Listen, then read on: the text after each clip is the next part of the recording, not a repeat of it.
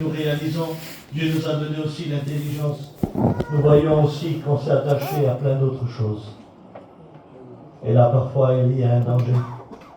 Parce que lorsqu'on s'attache à autre chose, c'est pas la paix qu'on a. Et puis, Dieu veut nous parler. Vous savez, la Bible, elle est plus vraie que nos regards. La Bible en elle-même, elle est plus vraie que nos regards. L'homme regarde à ce qui frappe les yeux. Mais l'Éternel regarde au cœur. Et puis je réalise plus que jamais, si on serait sur une île où il n'y a que la mer et puis des palmiers, on n'aurait connu Dieu que par la création. Parce qu'on voit rien d'autre que la mer et les palmiers.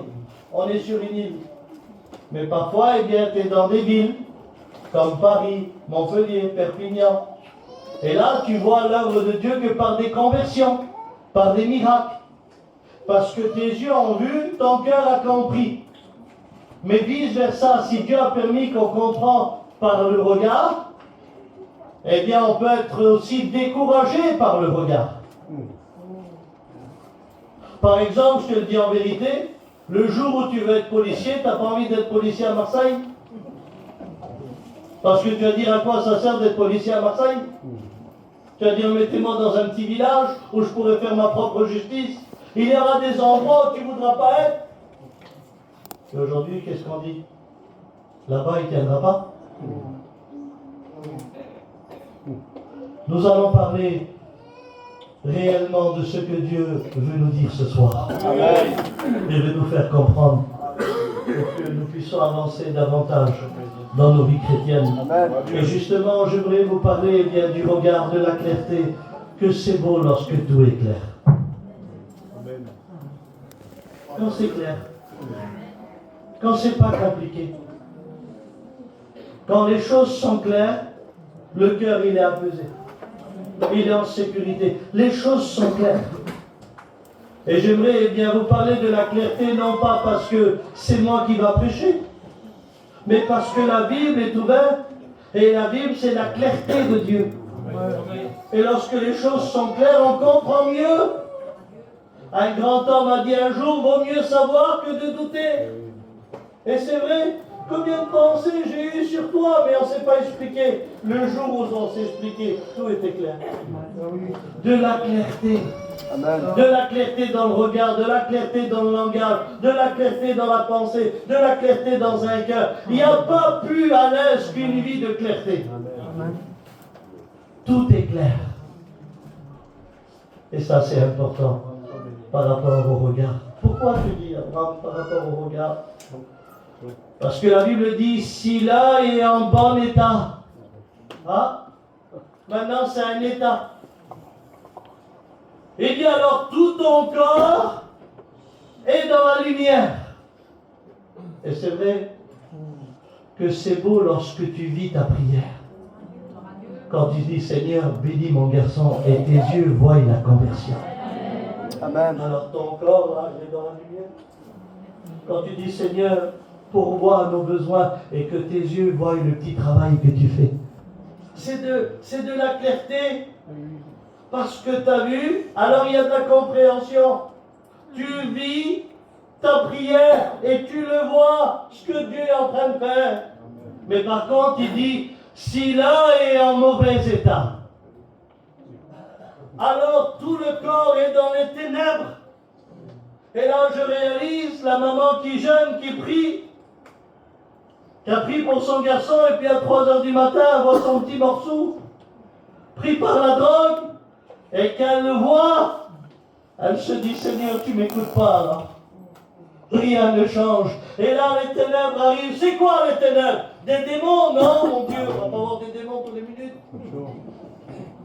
C'est quoi les ténèbres selon la Bible?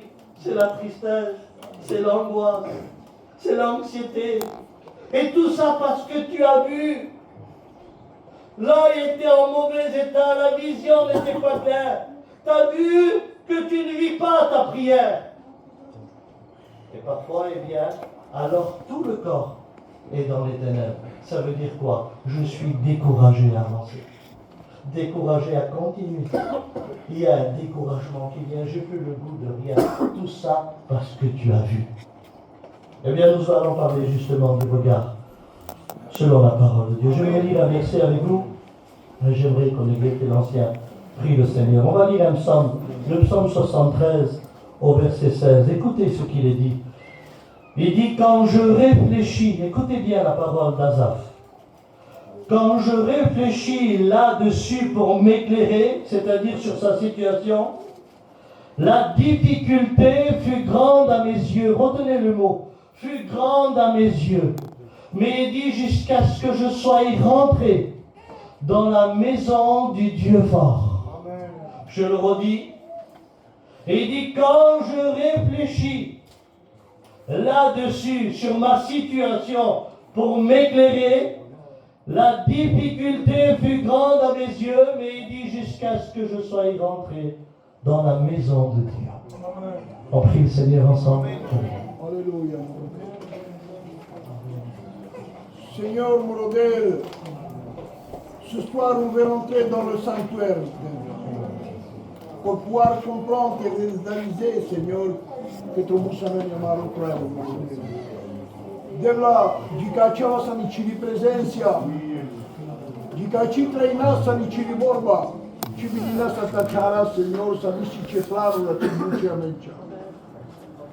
Por favor, Señor, en esta noche queremos escuchar tu voz. Amén. Queremos entrar en el santuario, Señor. Aleluya. Porque solo ahí podemos comprender el fin de los impios. Pero podemos comprender también el beneficio de los justos. Solo en tu palabra, Señor, podemos sentirnos en paz, podemos ver con claridad. Con tu palabra podemos alejar las tinieblas de nuestros pensamientos, Señor. Ayúdanos a perseverar en tu palabra. Ayúdanos a mantenernos en tu palabra. Y sobre todo, Señor, alimentarnos de tu palabra. Gracias por ello y bendice tu siervo ahora. Habla a través de tu siervo, en el nombre de Jesucristo. Amén. Gloire à Dieu. Est-ce qu'on peut dire Amen? Amen. Voilà le psaume d'Asaph, un lévite, un homme de la chorale de David. Cet homme-là, tous les jours, il avait le privilège de voir l'œuvre de Dieu dans ses vies. Il se levait le matin, c'était les louanges et l'adoration, tout en écrivant David les psaumes. Il se levait le matin, il voyait la chorale de David qui louait et adorait Dieu. Il se levait le matin et il voyait comment que Dieu parlait à David et lui disait, va David, car aujourd'hui tu remportes la victoire. Et tant que ses yeux étaient sur l'œuvre de Dieu, tant que ses yeux étaient fixés sur les choses de Dieu, alors il ne vivait pas d'inquiétude, ni de stress, ni d'angoisse, ni de dépression, parce que ses yeux voyaient l'œuvre de Dieu. Et tant que ses yeux voyaient l'œuvre de Dieu, son cœur était en sécurité.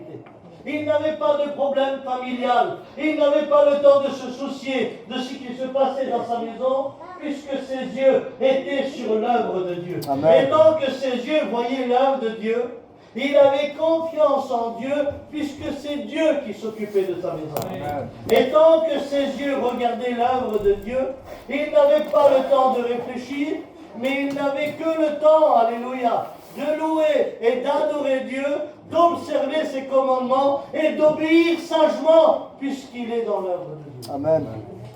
Et tant que Asaph avait dans son regard l'œuvre de Dieu, alors il était l'homme qui louait, qui adorait, qui chantait pour lui. Et puis à un certain moment, ça arrive puisqu'on reste des humains. Et puis dans le psaume, c'est pas compliqué. Il n'a pas été dans un bistrot, il n'a pas été en boîte de nuit, il n'a pas été dans le monde, non. Il a pris ses regards de l'œuvre de Dieu et il a commencé à les mettre sur les hommes du monde. Il a commencé à voir la situation chez lui.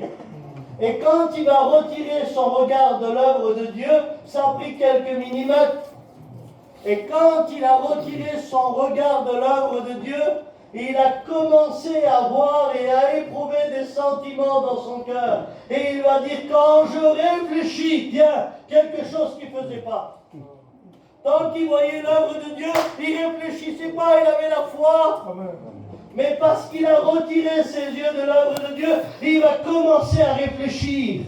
Et quand il va commencer à réfléchir, le seul signe pourquoi on réfléchit, c'est parce qu'on n'a pas la solution. Tant qu'il avait les yeux fixés sur Dieu, sur l'œuvre de Dieu, il avait la solution à tout. Mais quand il a retiré ses regards, il a commencé à réfléchir. Et vous savez, quand on réfléchit, c'est le seul signe qu'on rentre dans un labyrinthe. Et quand on est dans un labyrinthe, on peut faire plusieurs fois le même tour parce qu'on ne trouve pas la porte d'échappatoire. Un labyrinthe, c'est compliqué. On voudrait trouver la porte du secours, mais on ne l'a pas, et dans les pensées, parfois, on ne l'a pas. Quand on réfléchit, on ne l'a pas. Tu t'es pas baptisé parce que tu as réfléchi. Tu t'es pas converti parce que tu as réfléchi. Tu as rétrogradé parce que tu as réfléchi. Tu t'es éloigné parce que tu as réfléchi. Tu n'aurais pas réfléchi. Tu aurais les yeux fixés sur Dieu. Amen. Mais parce que tu as commencé à réfléchir. Et lui, il dit, quand je réfléchis là-dessus sur ma situation. Donc il va parler de sa vie. Et il va regarder les hommes méchants. Les hommes méchants qui ont le bonheur. Les hommes méchants qui ont une vie heureuse. Mais ça, c'était à ses yeux à lui. Et il dit là, la difficulté fut grande à mes yeux. Et oui, quand on est dans un labyrinthe et dans des pensées profondes, alors tout est difficile. Il ne parle pas de difficulté physique, de pousser ou soulever quelque chose, non. Il parle de difficulté dans le regard. Et parfois, lorsqu'on retire bien à nos yeux de l'œuvre de Dieu tout ce qu'on voit, c'est difficile. Mon mari ne changera jamais. Ma femme ne changera jamais. Mes enfants jamais vont se convertir. Moi, jamais je pourrai servir Dieu avec le foyer que j'ai. Moi, jamais je vais m'en sortir de ma situation. Parce que tout ce que tu vois, c'est négatif. Tu commences à réfléchir.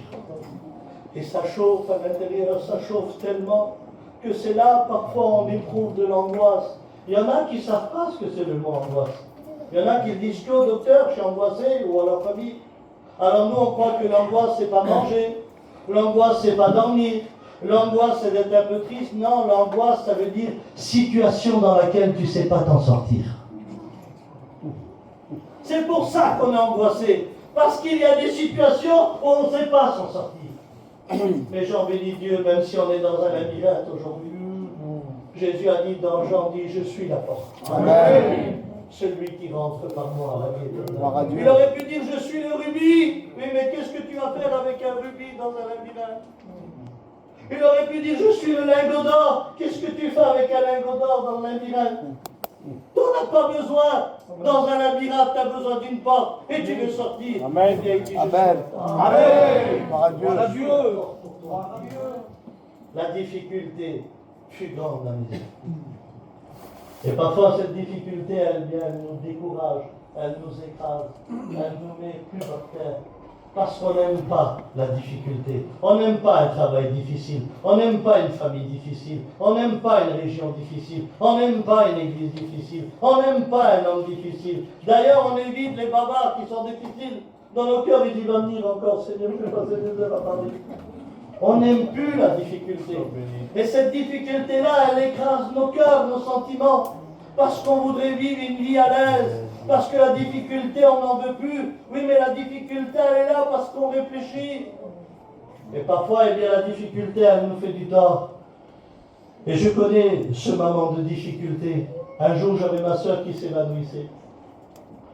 Et puis ça a duré un petit temps, tous les jours, elle s'évanouissait. Et puis c'était compliqué. Alors tous les jours, j'emmenais ma mère. J'allais avec ma femme. Ma femme et ma mère s'occupaient de sa maison, de ses enfants. C'était compliqué pour elle. Et moi, tous les jours, devant mes yeux, je voyais ma soeur s'évanouir. Mais ça a pris tellement d'ampleur que je savais que demain, j'allais voir ma soeur s'évanouir. Mes yeux, elles s'étaient habituées à ma difficulté. On aurait dit que rien ne changeait. Je savais que j'allais dormir et demain, ma soeur, elle allait s'évanouir. Pendant ce temps-là, c'était compliqué dans le travail.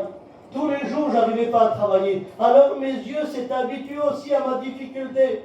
Et tous les matins, je savais que dans mes yeux, j'allais voir deux choses.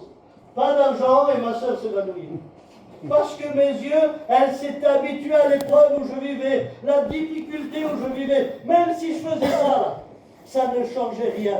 Même si je retirais mes yeux, ça ne changeait rien, puisque la difficulté, elle était là. Et je m'avais habitué à ça. À un tel point que cette difficulté-là a pesé sur mon cœur.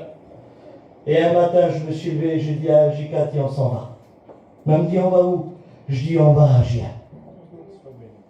Elle me dit, t'es fou? Ta soeur, comment qu'on fait? Je dis, ma soeur, Dieu va s'en occuper. Elle me dit, on n'a pas d'argent. Je dis, Dieu va pourvoir. Je dis, Cathy, il faut que Dieu voie l'œuvre. Amen.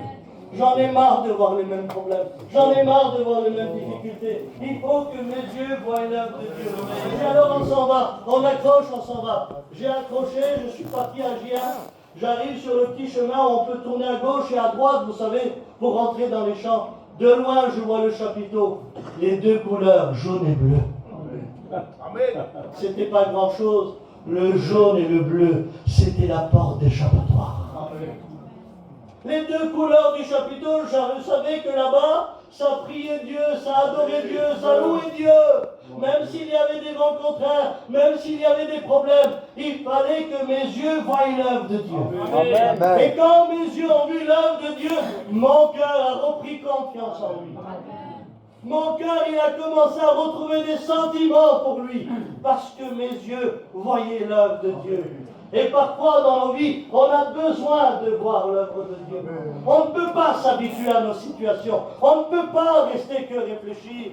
Mais il dit, jusqu'à ce que je sois rentré dans la maison de l'Éternel. Asaph savait que malgré tout, c'est Dieu qui avait le dernier mot. Amen. Frères et sœurs, combien de fois qu'on a pleuré chez nous par les problèmes que personne ne savait. On était à chaudes larmes et on ne savait plus comment s'en sortir. Et que le dimanche matin, on est venu au culte et que personne ne savait notre histoire. Et que le petit pasteur dévoilait nos vies à travers la présence de Dieu, à travers la parole de Dieu. Et quand on ressentait dans nos cœurs que Dieu nous parlait et qu'il avait la solution pour nous, parce qu'il avait le dernier mot.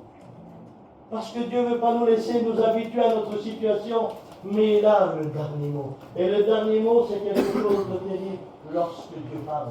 Il change les sentiments.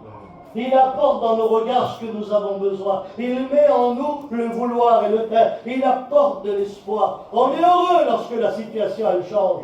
Et ce qu'on a besoin ce soir, c'est pas un grand prédicateur. Parfois, c'est pas des missions de 3 jours. Parfois, c'est pas des séminaires à la neige. Ce qu'on a besoin, c'est que nos yeux voient l'œuvre de Dieu. Amen. Et l'œuvre de Dieu, elle nous entoure. L'œuvre de Dieu, parfois, elle est dans nos cœurs. Mais il faut parfois prendre des décisions. Mais Asaph, il a détourné son regard. Mais pourquoi tu l'as fait, Asaph?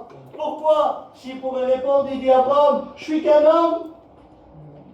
Et tant que je regardais sur l'œuvre de Dieu, j'étais un homme heureux. Mais j'ai commencé à détourner les regards sur mon foyer, sur mes problèmes, sur mes difficultés. Et là, j'étais comme un homme, eh bien découragé. Un homme découragé. Tu vas me dire, Abraham, quelle beauté ce que tu dis. Mais tu penses que Dieu voit nos yeux? Dieu voit nos cœurs? Dieu voit nos vies? Dieu voit mon âme?